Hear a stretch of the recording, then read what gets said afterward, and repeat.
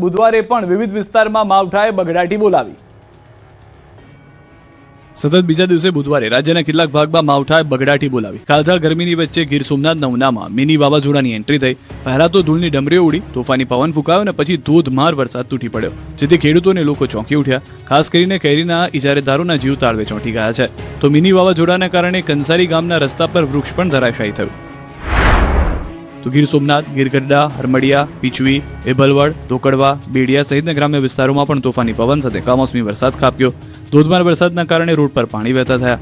આકાશમાંથી આગના ગોળાની બદલે આફતરૂપી વરસાદ વરસી પડતા ખેડૂતોના જીવ અદ્ધર થઈ ગયા।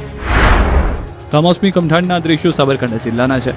ઓશીના પંથકમાં ધોધમાર કમોસમી વરસાદ ખાબક્યો। ઓશીનાના છત્રાંગ, મામાપીપલા, બેડી, બહાર, ચંદ્રાના સહિતના ગામોમાં અચાનક કમોસમી વરસાદ જોવા મળ્યો હતો। મોસમનો મિજાજ બદલાયો અને વરસાદ તૂટી પડતા લોકોને ગરમીથી તો રાહત મળી, પણ ખેડૂતોને પરસેવો છૂટી ગયો।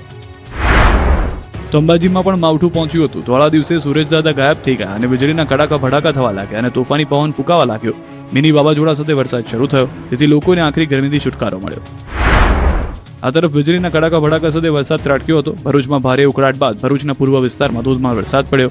જાણે ચોમાસું જામ્યું હોય તે રીતે વરસાદ તૂટી પડતા રોડ પર પાણી વહેતા થયા।